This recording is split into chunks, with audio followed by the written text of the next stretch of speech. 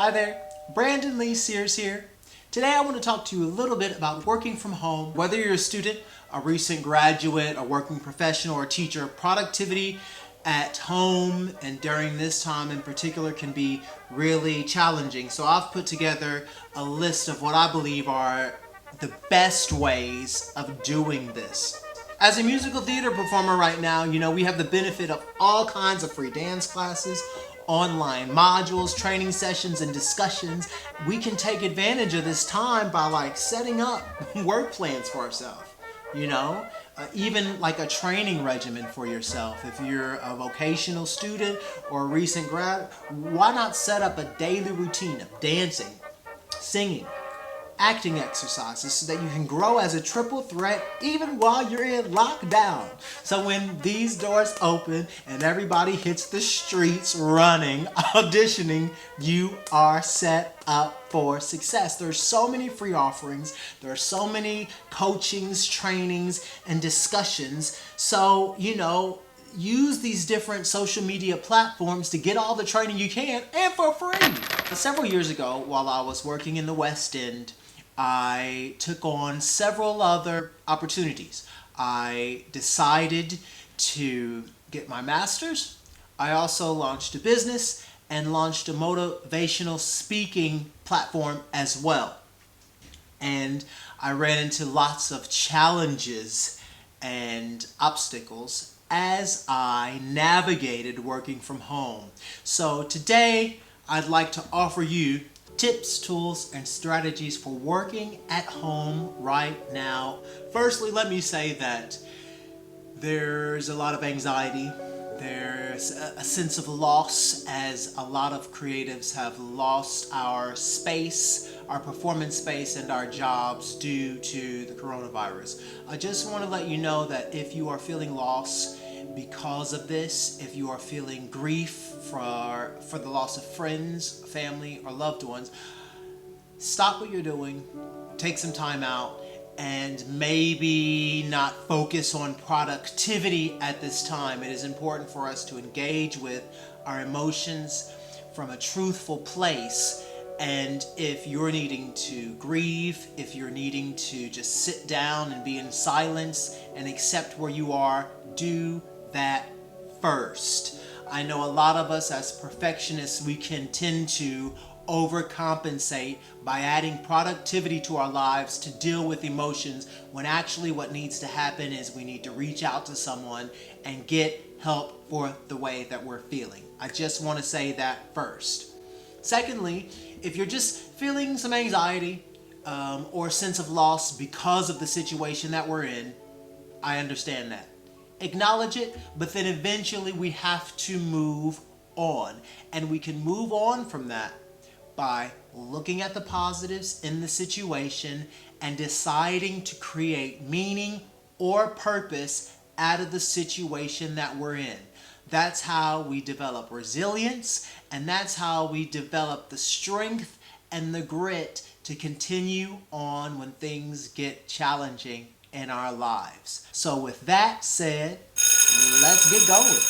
Create a morning routine that will set you up for the day. By creating a morning routine, you will improve your productivity at home and you will set yourself up for success.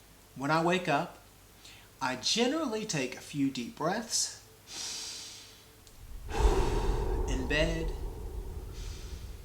I start to create some self-talk strategies that I use to get my mindset toward productivity, toward positivity. And that can be anything from, this is the day that the Lord has made, I will rejoice and be glad in it, to, yes I can, to, I'm in control of my destiny, I'm a great success, I'm committed to doing everything I must do today in order to reach my goals and create the life of my dreams. I'm confident and successful in all that I do. You can also meditate if you want to, just a 20-minute concentrating on your breath. Transcendental meditation, any type of meditation would be good. It helps to focus throughout the day. I set my mind up for the day by journaling the answers to these following questions. with a nice cup of coffee. First question is, what is something I can get excited about today? Finding something to get excited about sets your brain toward future positives rather than the automatic habit of our negativity bias or considering all the things that are going wrong in a situation. Secondly, how do I want to show up today? What are the feelings that I want to have today? Do I want to be at peace? Do I want to feel joy? Do I want to feel excitement or committed to some particular task? By asking this question, we become deliberate about setting our emotional intention. We start to bend our will toward an intentional mindset. That's number 2. Number 3, what are the top 3 goals and tasks that I can accomplish today or that I need to do today? Becoming clear about how you want to spend your day and what you need or want to achieve in the day gives you a sense of purpose and helps draw you toward that action or toward the achievement of that goal or that task. Research shows that social exclusion causes people to feel a sense of helplessness. People felt that life had lost a sense of meaning and they felt without purpose. So by doing this, you're immediately adding some purpose to your day. 4, what are the possible obstacles or hurdles that I need to be aware of today, and how can I handle these and overcome these when they present themselves? Think about it, write it down, be prepared for it when they come so that you can overcome them and you're not so easily distracted or thrown off emotionally when they happen. Those 4 questions, I'll repeat them again. 1, what is something I can get excited about today? 2, how do I want to show up today? And you can even add to that, who do I want to show up for? That adds a sense of necessity, a sense of responsibility and a sense of ownership to who you want to show up and how you want to show up for. 3, what are the top 3 goals or tasks that I need to do today? And 4, what are the possible obstacles or hurdles that I need to be aware of today? And how can I overcome these challenges? After you've journaled about that, take a deep breath, top up your coffee, and grab a book and read. Imagine Martin Luther King Jr., or Nelson Mandela, or Meryl Streep, or Steve Jobs, or Bill Gates, or Uta Hagen, or Meissner, or Stanislavski, walking through your door, sitting down with you on the couch, and saying, "Hey, Brandon, let's chat.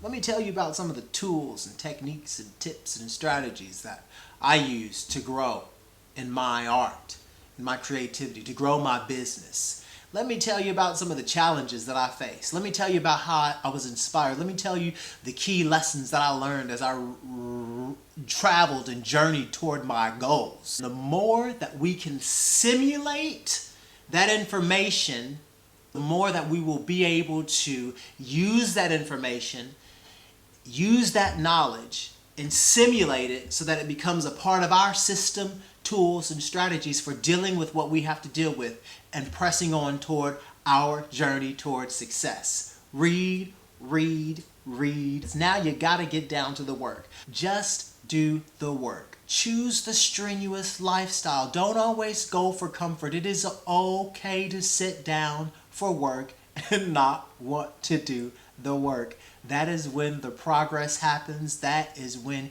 you start becoming productive, because the more consistent that you can be in your professional work, the more value that you will offer people, the more jobs that you will get. Anytime that you continue the work, no matter what, you will start to see results in your life. And when you begin to grow the skills that are necessary for your primary field of interest and you commit to the work for the sheer engagement of it involved in the task, you'll begin to develop the quality that is necessary to become a master at what you do and to become a high performer in your area of interest. Anytime, every time, and all the time, I promise you.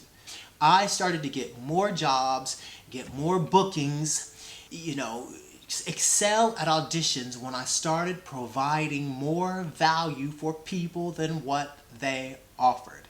And that meant doing the work. It meant showing up every day, doing the work, and not only doing the work, doing it with quality, fully engaged, fully immersed in what I was doing, and doing it no matter what. Now before that, I used to work for reward, and everything that I did for anyone related to seeking approval or recognition or praise for it. And this worked for me for a while as a young student because my passion for hard work meant that I was able to excel and achieve in academia and pretty much in any activity that I did. However, as I began my profession in the musical theater industry, it's an industry that's so rife with rejection and competition that I realized that I would never really get enough. And even the support and the approval and the recognition and the compliments that I got, the emotions that I obtained from it were fleeting. And they're never going to be enough to satisfy you. So if you can learn to do the artistic work without the approval and the need for others, your work will take on new meaning. It will take on an integrity, and it will gather the quality that it needs to give service and value in anything that you do. Real breakthrough happens when we can get involved with the work for the engagement of it, for the full immersion. And when you begin to grow the skills that are necessary for your primary field of interest, and you commit to the work for the sheer engagement of it involved in the task, you'll begin to develop the quality that is necessary to become a master at what you do and to become a high performer in your area of interest. Anytime, every time, and all the time, I promise you. You want to gather clarity around what it is you want to achieve in that work session. And you can do this by setting the intention or the goal that you have for that work session. Start a timer, set an intention. For example, at the end of this work session, I will know the lyrics to this song, and I will be able to recite the lyrics of this song as a monologue with truth and intention. 45 minutes, that's all you work on, just that. Remembering the lyrics for the song, finding that intention, doing that over and over again. And then by setting the timer, you don't have to be worried about when to stop. So you can let that go. And then you have what is possible. You may enter what's called a state of flow. This is a theory by a guy named Mikhail Csikszentmihalyi.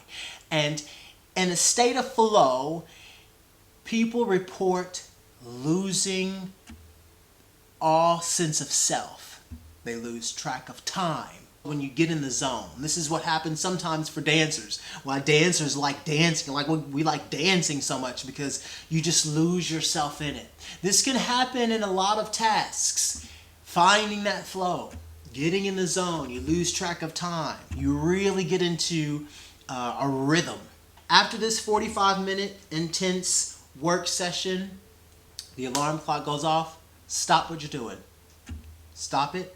Stop the task. Stop. No matter where you are, stop it. Let it go.